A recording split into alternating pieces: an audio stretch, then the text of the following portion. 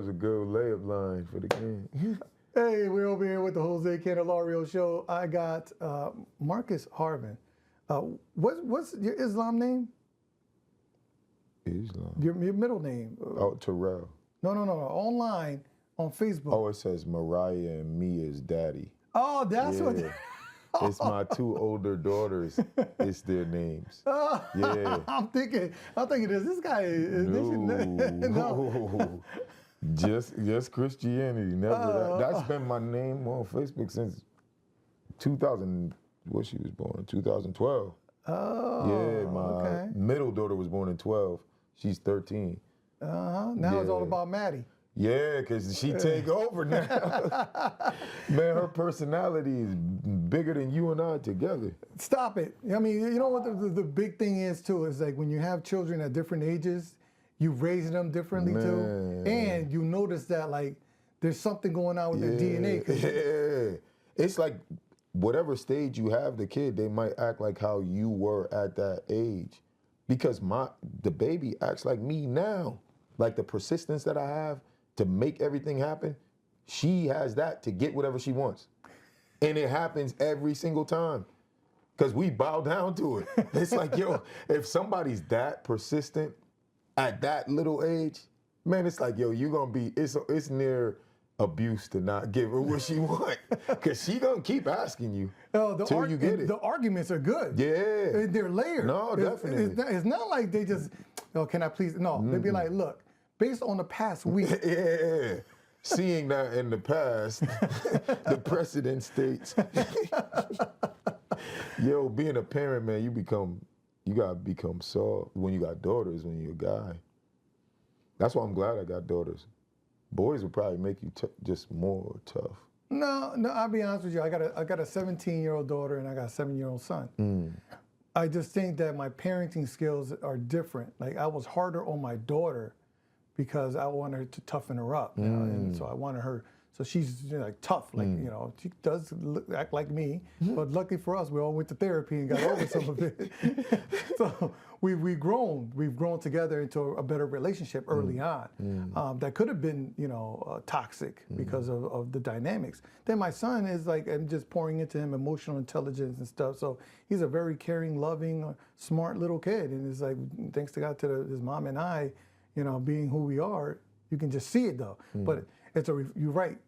They throw it in your face who you are and your shortcomings. Yeah. Or how annoying you are. Yo, man, I love her. She's like the most desirable and annoying person in the world, man. And I remember I was writing a paper when I was still at University of New Haven. This was like one of my last semesters. Man, I had to do 2 papers. It was getting late, and they got deadlines, like hard deadlines. She wanted me to hold her. She deleted the whole thing. Right out the notes on my phone. Luckily, I saved it another way because I know her everything.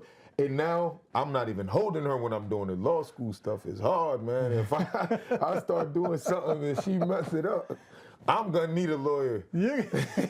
Hey, he said, well, that's crazy. No, you're not. I mean, we say that, but no, actually, man, she can have whatever and do whatever, and we still gonna give her whatever. Especially me. You and Granddad. I heard Granddad. I heard worse, man. Yo, he hung up on me one day because I told the truth about her. He did. He was nice about it. He's like, all right, man, I'm gonna talk to you later. Because I'm like, yo, man, this girl, she just don't listen. She just does whatever she wants. Like, yo, she's like one of the most hard-headed people in the world. All you hear is silence. He's like, all right, I'm going to talk to you later. I get to his crib. He admitted that he hung up because he was feeling some type. I got an award at the Community for Generations award that started off the Black Wall Street Festival. So, and I have video footage about this. I'm sitting in the front row because the awardees had to sit in the front row. So my wife and Maddie is sitting right behind me. They announce my name. They say my name. They say Marcus T. Harvin. She yells out loud. Everybody in the auditorium hears her. And then she pats my back like congratulating me. I'm like, yo, This is why I rock with her. Because when nobody else won't cheer me on, she gonna cheer me on. Even if I yell at her, she's still gonna come run up to me. That's the beautiful thing about it. That's why I love having daughters. It's the same thing with my older daughters. Except my baby's more aggressive than, well, actually, my oldest is less aggressive than the younger ones. My middle daughter, I heard she be running stuff too, so that's what you want with your daughters anyways, though. Yeah. Especially in a world like this. Oh, yeah. What a president like this country got, politicians like this country got, and then we got women of color that we brought into this world. So seeing all of that. Seeing them look good is amazing. I mean, it's astounding to me how technology, like, number one, you could not have the same conversation that you're having with your daughter with your father. Your father would have been like, who you think you're talking to like that? Yeah. Isn't that crazy? Yeah, man. I was thinking about, I said that to my wife. I'm like, yo, the stuff my 1-year-old gets away with at 21, I wouldn't have gotten away with my father. Me and my father got a completely different relationship now. Now? Yeah, because I'm like an actual man in his eyes now. But when I was a man in my own eyes, he wasn't ready for me to be a man.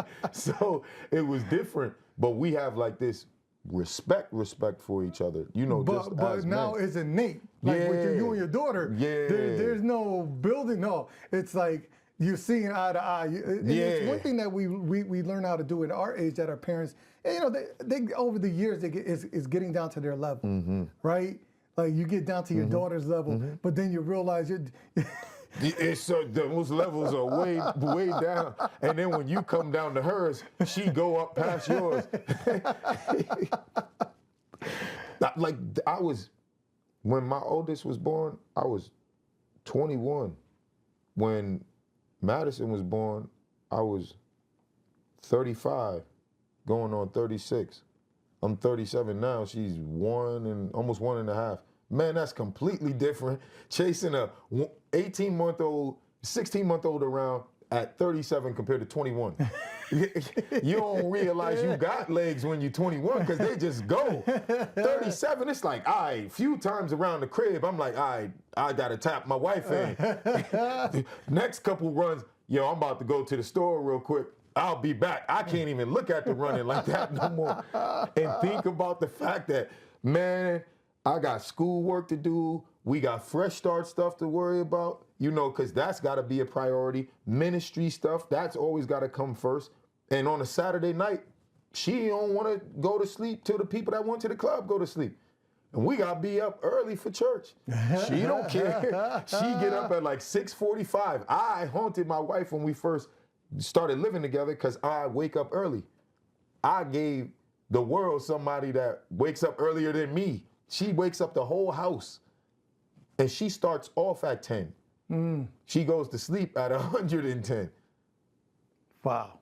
That's the whole thing. I saw online this guy, he made a comment, and you know, people be people. We're not gonna say who it was and nothing. But he's like, you know, he questioned, what are you doing having a child at 40 and 30? And I'm thinking to myself,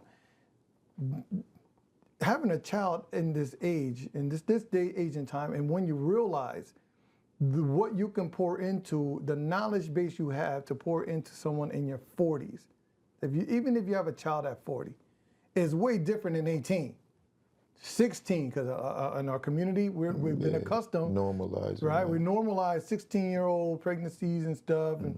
But I find it, personally, having a child later, even though I can't keep up with my 7-year-old. I told you, I mean, I'm riddled with arthritis. I can barely walk. But you still can have conversations and have this communication that you can't have when you're younger, because you still, I would even say for myself, I'm still full of myself. Yeah. Right? Thinking it's that too you know much of you, and you don't know how to be selfless. But with my older daughters now, it's like, it's weird talking to them because I actually talk to them. You know what I'm saying? It's all conversation. We'll be in the car and we just kicking it. It's just conversation.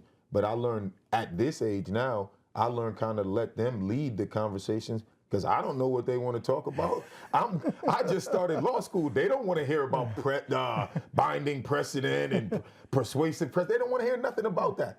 But I'm going to law school because I know that's going to help me to provide more for them, and they understand that now, right? But I think it's a joke, but it's real at the same time. Prison preserved my body.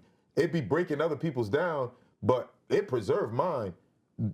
That's how I'm able to keep up with the baby, and do my work and do all of that stuff. Prayer, obviously, first, but like, I don't know, because I didn't stress out. You know what I'm saying? I got faith and just kept faith. And ever since I kept faith, like, the stuff don't really wear on me like that, like it would have before. But man, when I would be tired, I'd be tired. I just fall asleep randomly. I don't even know I'd be tired. But I thank God for her, because I need the energy for everything else that I do. And man, she motivated me even more. I could have stopped at founding a nonprofit, running one, because eventually it's going to be the biggest one that there is, right? But with her, I'm like, I got to have supplemental now, right? Because I could help people through fresh starts with legal issues by connecting with attorneys. I already have relationships with attorneys. I'm a paralegal already. Paralegals, respectfully, don't make enough. My kids want too much stuff, man. But I want them to want a lot of stuff because it makes me work hard so that I could get it for them. And I'll feel less than if I can't. Because, not in a bad way. We have this conversation. That's what I'm Not in a bad way. Because we have this conversation. Do you feel like you're overcompensating for what you didn't get? No, because I got everything. My father would buy me every pair of Jordans that came out. My mom, when I had smaller feet, would buy me what I wanted. But when I got my father's size feet, she told my father, it's time for you to buy all of them. But he embraced it. And I'm paying forward what was done for me, you know, except there's 3 Marcuses in my sense, my 3 daughters. You know what I'm saying? But Madison, her shoes don't cost close to as much yet. But I look at it like that. Whenever anything came out and I wanted it, my father bought it. I didn't know he was running up credit cards, working overtime so I could have the new J's or the Magic Johnson throwback he spent $400 for in like 2003 or 4 or something like that. My pops used to make it happen though. But so, my parents were masters of disguise because they never let you know you stay struggling like that. But now that I know it, I'm like, I'm willing to work hard to do it for my kids, right? And I put myself in positions where it's not struggling to do it for them, but it requires working hard to do it for them, right? So I just feel honored to be able to do it. Because there was a time that the only thing I could do was write my daughters a letter and ask someone for money to give to them. You know what I'm saying? Now I could do all of this stuff. And they depend on me. And they appreciate it. If I say no, they still love me. I try it out sometimes. And then I say, 2 days later. Or I had already bought it and pretended like I ain't gonna do it. But so they can feel like there's some struggle. Yeah. You gotta give them a little. No, grades is the struggle. If their grades ain't a certain level, they don't get nothing from me. But their grades stay those levels, so they get everything from me. That's what I didn't leave. That's what I left out, is that we have requirements when it comes to daddy's debit cards. You can have mostly everything up there that don't need to be used for something else if you give me what I want. And that's just you to be who you are. The worst thing somebody could do is prove to you that they can. Because after that, if you love them, you're going to require them to keep doing what you know they can do. Because I know what good grades could do. Good grades could get you in law school on probation. I'm still on criminal probation. I just started like 6 months ago and started law school 2 weeks ago.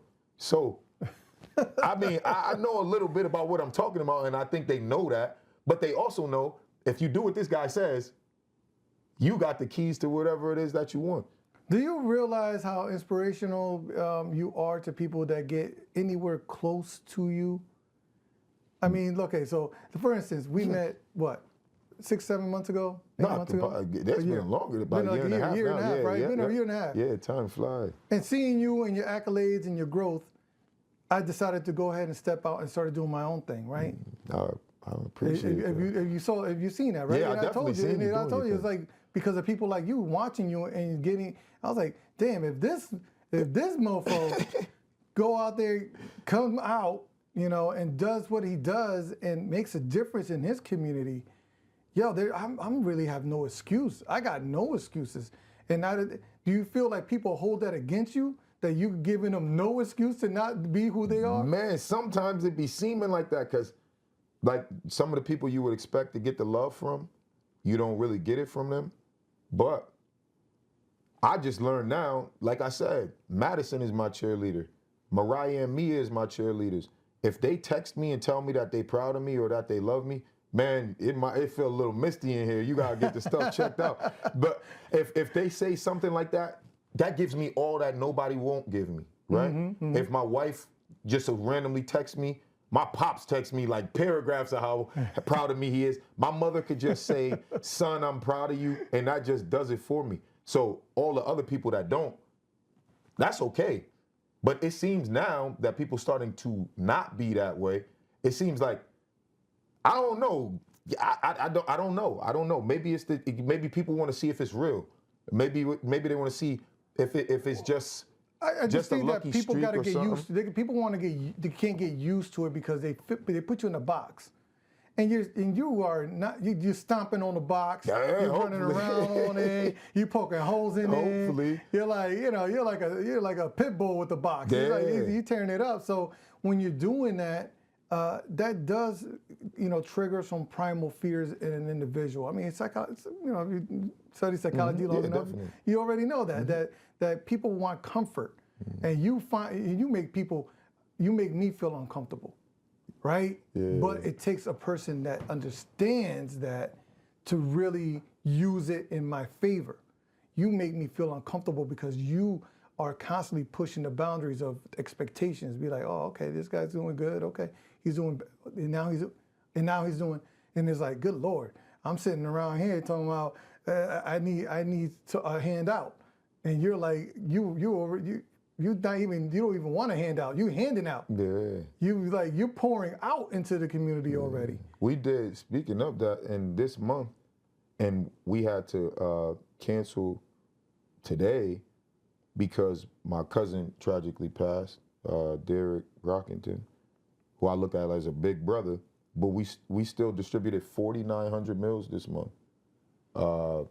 And that's with me starting school, doing my orientation. I go to school in Springfield. I'm still handling stuff while I'm in class, texting, because I know how to multitask, right?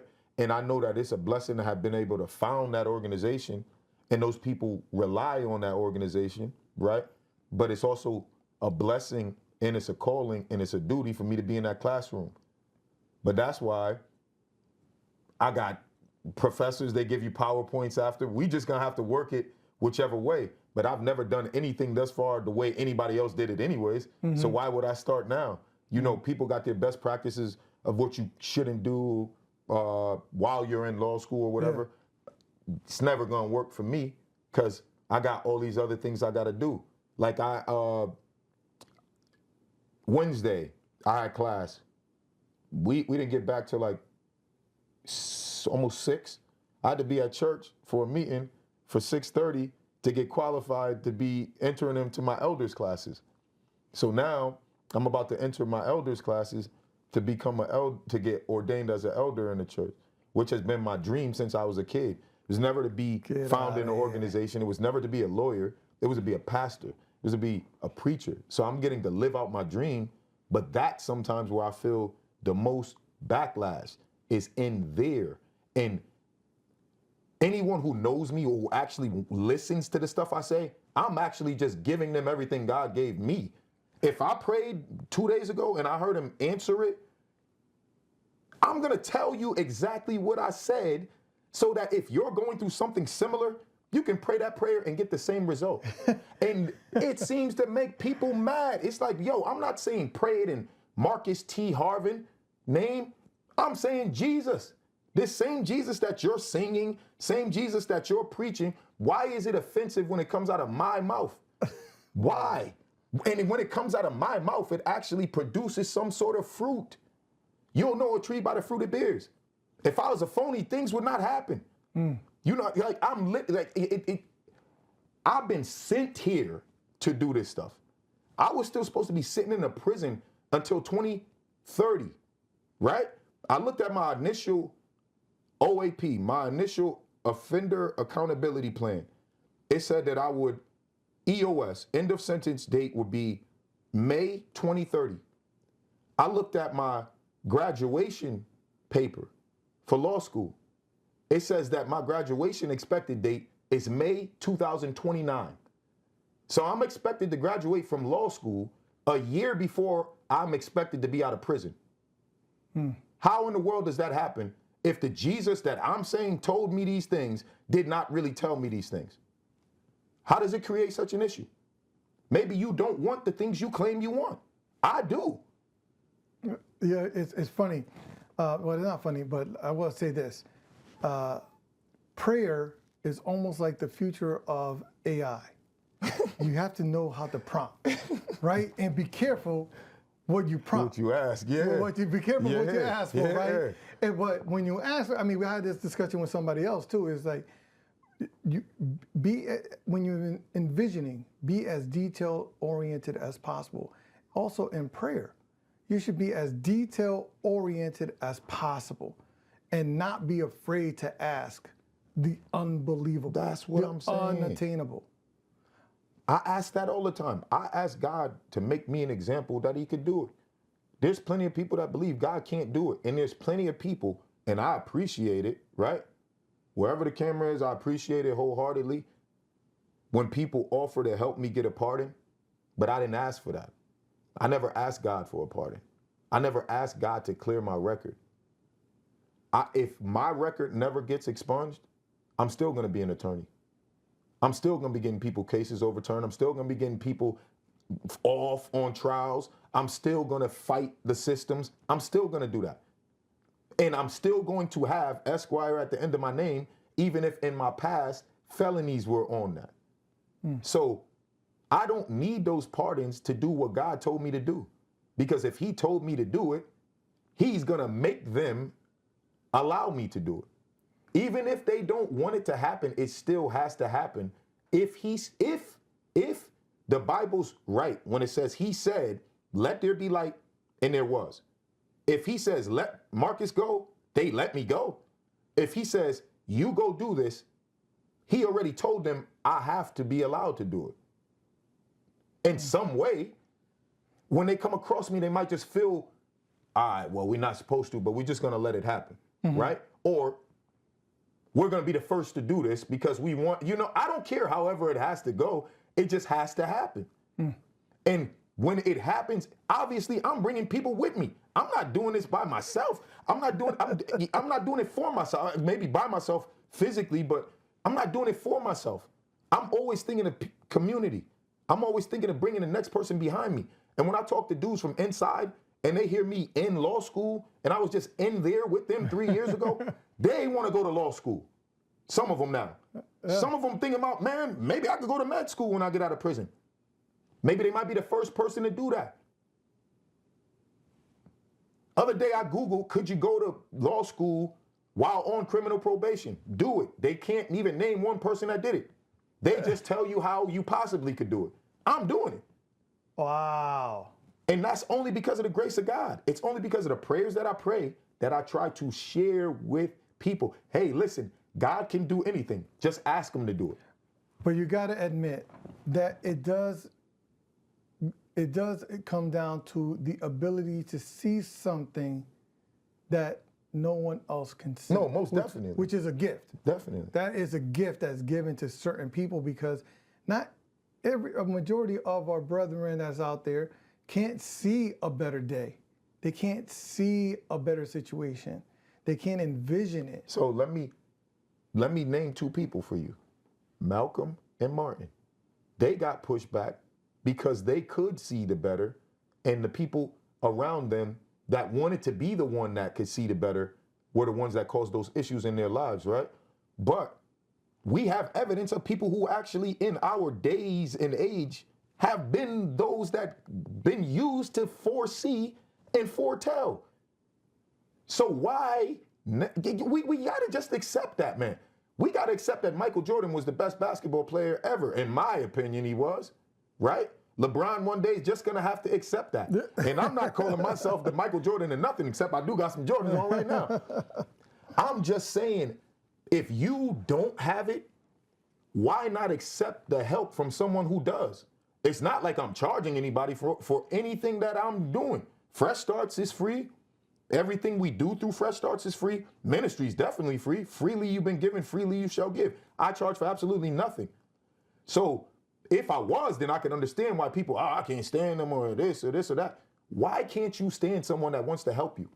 Why can't you stand someone that literally just goes out there and bears their self to you, saying that I'm only in this position because God put me in this position? Not because I'm better than you, but when you realize that you're better than whatever you're going through right now, you're going to be a surprise to everybody too. You're going to be a success story to everybody too. And I want to edit something that we both agreed on, right? Everyone has the ability to foresee. Everybody doesn't have the ability to believe in what they foresee because they have not unlocked that. It's in all of us. When we're kids, we dream to be something we want to be. We just lock that up because we let society tell us that we can't be that, right? We have to go. Why do you think Jesus said, you got to be like a child to inherit the kingdom of heaven? Because it's too hard to believe that things are this easy to get it. To relinquish my will to someone that can do better with me than me, it's too hard to fathom that if I did it, things is going to start going right. If you don't believe it, just look at my life, man. I don't make a move lest I ask God. I don't get dressed at least 5 days a week without letting the Holy Spirit tell me what to put on. Every time I put it on, something new happens for me. And I envision what it is. And that's how I know the Holy Spirit's telling me to do it. Because then a random opportunity just comes. But you got to literally let him guide your steps, man. Hold on. I want to make sure because I think we're already 25 minutes in. This is my timer. Oh, okay. That's how I know. That's how I know. Speaking about dressing, you was at you're a commissioner, right? Something like to that effect? Yeah, I stood before the Board of Alders to be confirmed to the Homeless Affairs Commission. I saw that, and you was wearing I was like, look at this guy. He dressed like I want to be dressing. Hey, listen, man, I gotta be me, man. I can't help it. I remembered the other day, yesterday, a thought came to mind when I was in high school. I won, my cousin and myself, we won Entrepreneur of the Year for New Haven. We were selling sneakers. Ironically, I love shoes. That didn't just start. We were selling sneakers and we were successful at it. We went to like this regional competition. So I had the idea, let's start selling airbrush shirts that match the sneakers we sell to people. So we wanted to unveil our new airbrush shirts that match the sneakers. The crowd wasn't ready for people to come compete in dress down clothes. They wanted us to have suits on. So I lost the competition, but everybody who judged the competition spent at least 20, 30 minutes talking to me and my cousin about how great our idea was, how much they wanted to invest in it and everything. But we couldn't win because what we had on. And now I wear what I want to wear and I do it the way better than what I'm supposed to do. Just to jump on that, now Nike, when they release a sneaker, release 5 t-shirts with the same colorway. That's what I'm saying. And they didn't see that then. And I saw, that's what I'm saying. I seen that in like 04. This is like 04, 05 when I was like a junior in high school. Yeah. And they wouldn't accept it. But my thing is, so what? That's their loss. That's their loss. But I commend you on sticking to how you want to dress no matter what the stigma is. I mean, I go back and forth with it, right? Sometimes I want to wear a suit and tie. When I'm doing some kind of like stuff out there in the community, I want to wear a suit and tie because I feel like they deserve the dignity, right, of it. If it's weekend, then I'll wear a casual. And you see, now I'm just wearing polos because it's hot. It's summertime. I was like, you like these young dudes wearing a damn hoodie in the middle of summer. It's air conditioner like crazy in the classrooms, man. I can't get sick and miss no class, so you gotta have an extra layer on in that joint, man. Oh, okay. Yeah, they be having an air conditioner booming in there. All But right, so the reason, proverbially, right? I am the suit and tie. I don't need to have it on. Because what's gonna come out of my mouth, what comes from my mind, is more important than what I got on. What comes from within me is far more important than all of that stuff. So I think people are willing to look past that if they can feel you. You know, who you are is more important than what you have. But more importantly than that, when I walked in there, right, I'm being confirmed to the Homeless Affairs Commission. These individuals that I'm going to be speaking for and advocating for don't even have a roof over their head. So who cares about a suit? The guys that I talk to in prison have to wear what the state has issued to them or what they are willing to allow them to wear. They don't have a suit. Wear a suit in a criminal trial, right? As a black man in America right now, that's not going to change the verdict that you get.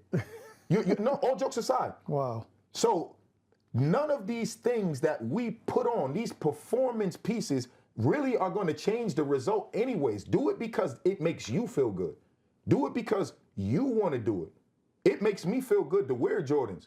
It makes me feel good to wear jeans. But I do like wearing my collar on first Sundays. I love it because that was my dream. But it also was my dream to wear Jordans. So I wear my collar with Jordans sometimes, right? But I got a bunch of dress shoes.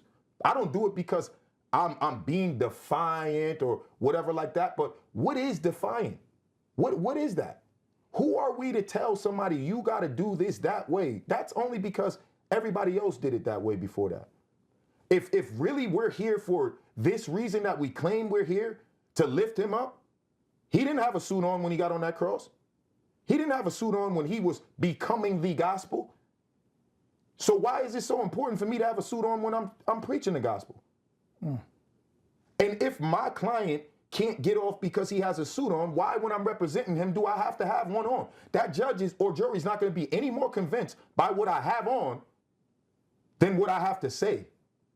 And it really, like, if you feel the passion, this is the most passion I have because people push back because of how I look. People push back because of this. Oh, what he said was good, but how dare he say it?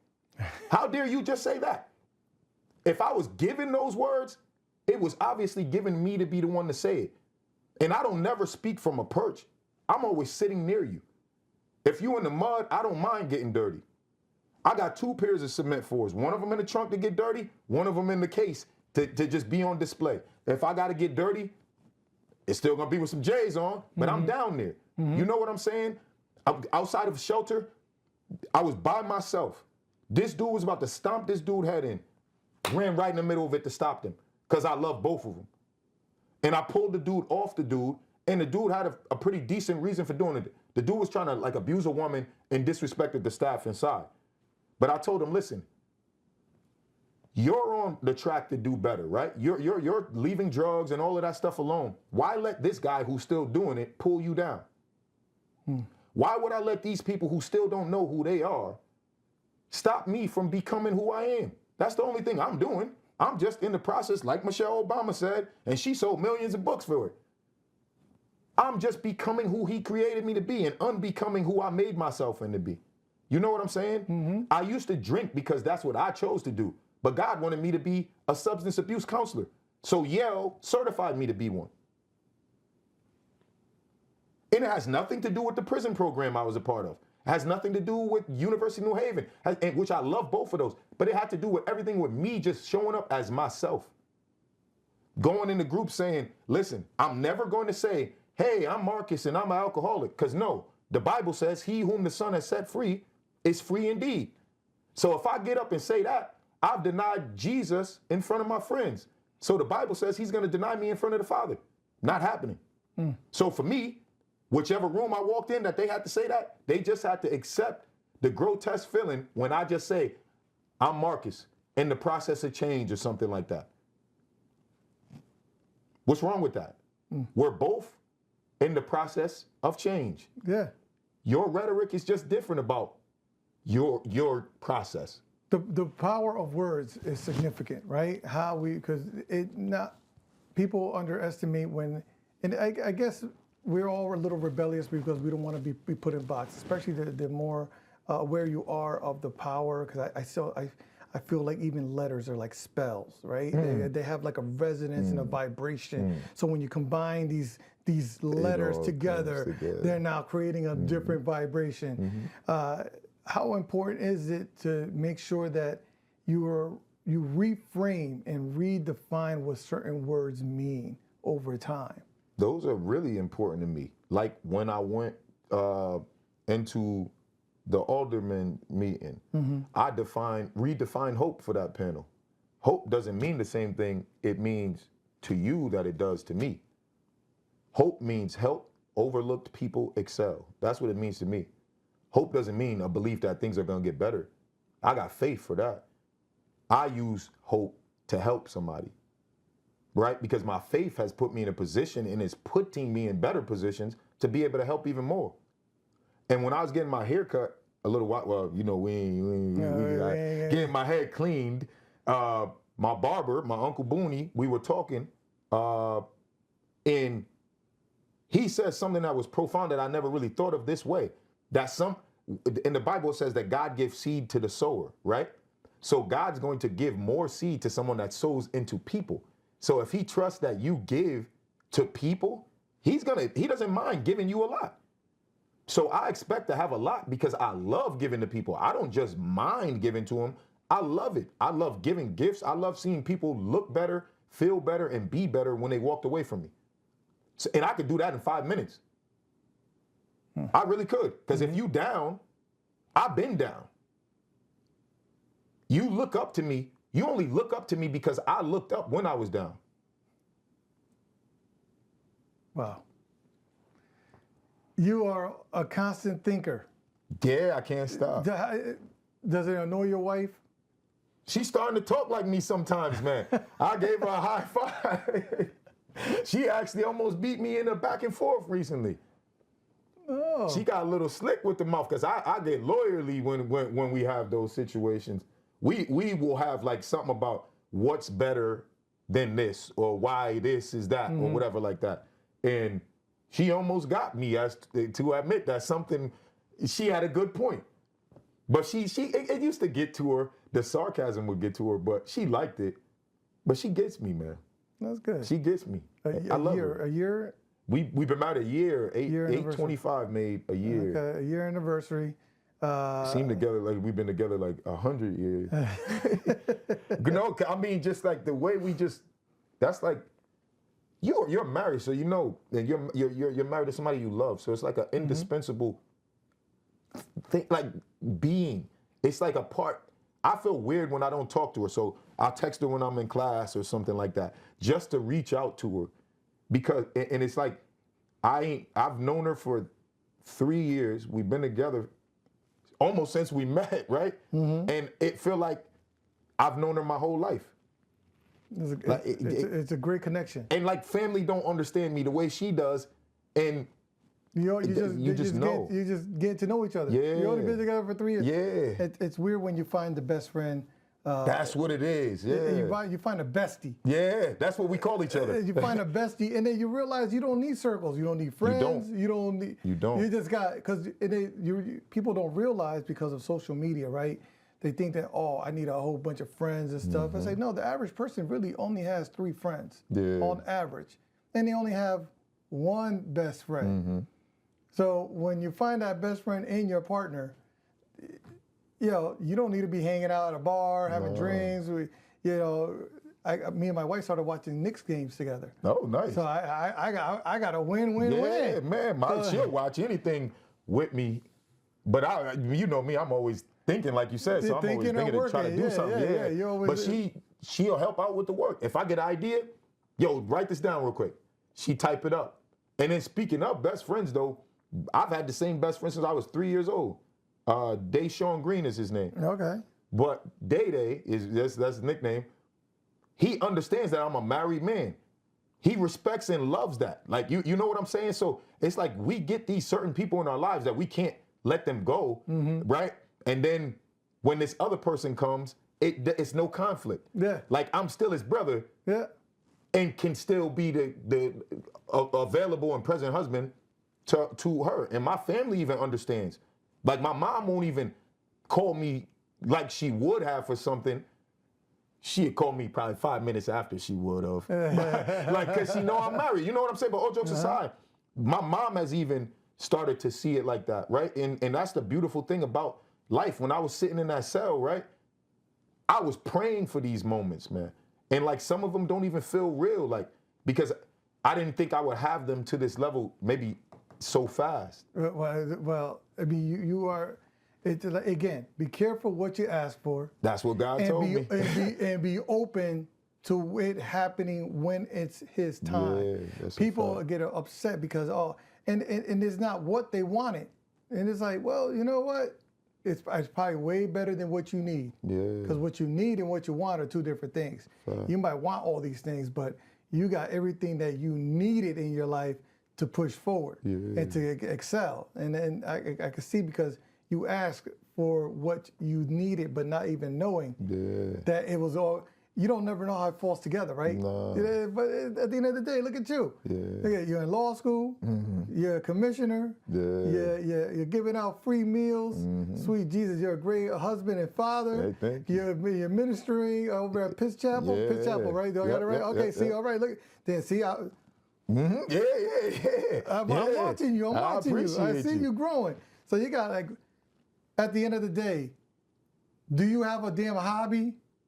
Or sneakers and clothing still your little? Nah, it's that. It's sneakers and it's just, it be chilling with my peoples, man. And one thing I'll say is that one thing I thought I never needed was another kid.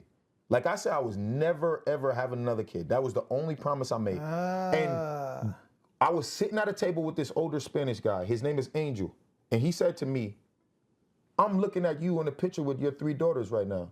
And I looked at him. He said, "Yeah, you heard me." I said, 3. He told me I was going to have another daughter. Man, I got so mad, I walked away from the table. I left the Bible study. I'm like, yo, this guy's crazy. I ain't having no more kids, man. Lo and behold, another daughter. But not just another daughter. God gives me this woman that's my soulmate that has 4 children. 2 sons and 2 daughters. So I got 2 other daughters, and then now 2 young men that need my guidance to become the men that God wants them to be, right?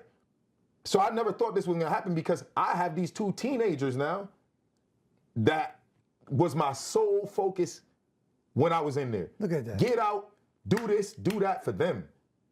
Now, you got a whole tribe. But I still, the same drive though, because all of this was already in place for just them 2. And but then when Madison came, it's like, but it shows that you always have more than enough for everybody. That scarcity mentality. That sometimes abundance mentality. Abundance mentality. You know what I'm saying? Like, oh, there's not enough. Yeah, it's more than enough. Man, we can produce. That's what I was about to say. If it's not enough, let's make more.